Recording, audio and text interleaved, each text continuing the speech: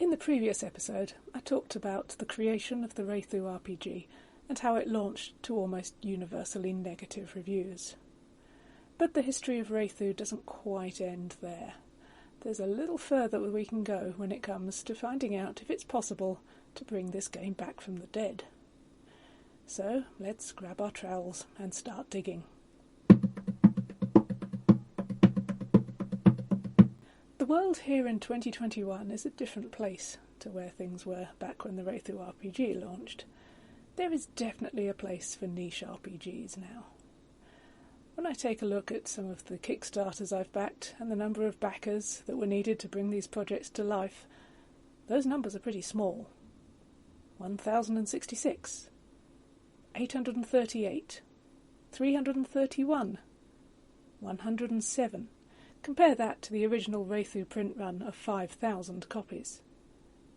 But are there really people out there who want to roleplay as Wraeththu? Well, believe it or not, the information is out there. But it takes some finding, for a number of reasons. First of all is that the events that I'm about to describe took place back in 2004. And obviously, that's a long time in internet terms. There's a lot of dead links. And number two, it's entirely in German. And number three, Wraeththu is really hard to spell. This one has not been an easy Google.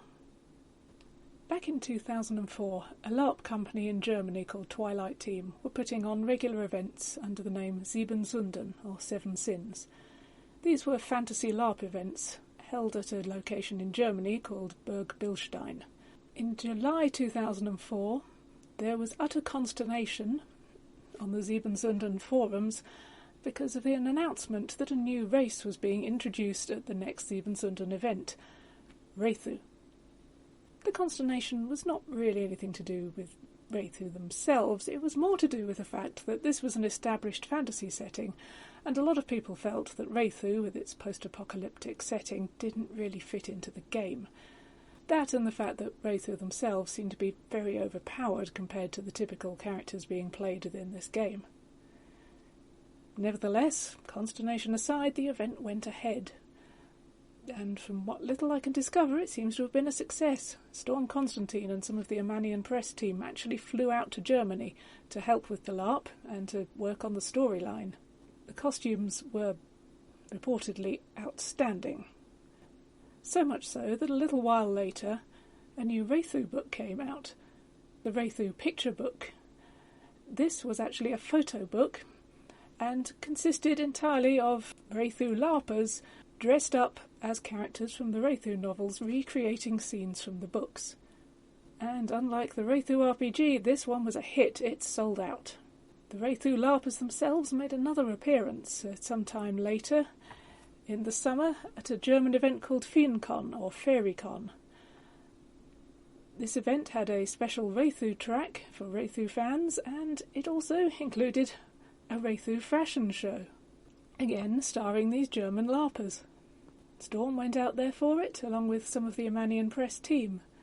And in this picture you can see Storm Constantine there with the green braids.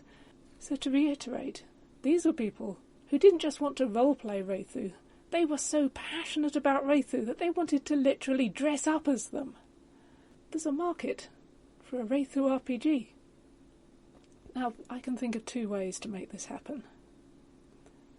Number one is inspired by another RPG that came out in 2005, around the same time as the Wraeththu RPG. It was called Blue Rose, and it was based on a certain type of fantasy story known as romantic fantasy.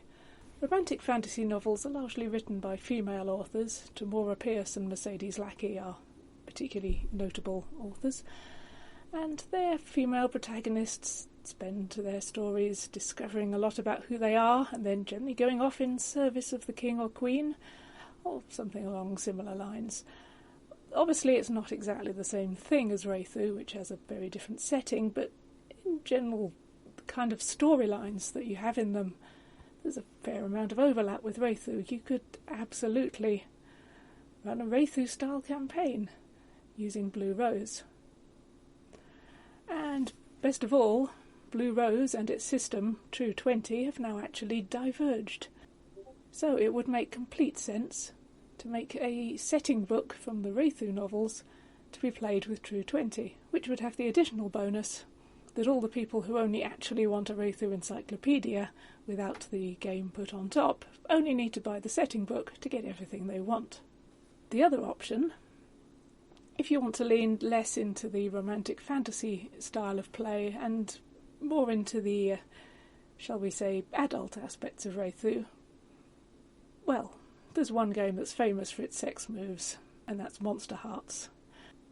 And I can certainly see how Powered by the Apocalypse could be a good system for this kind of genre emulation, including the sex aspects that maybe we're a little more open to here in 2021 than we were back in 2005.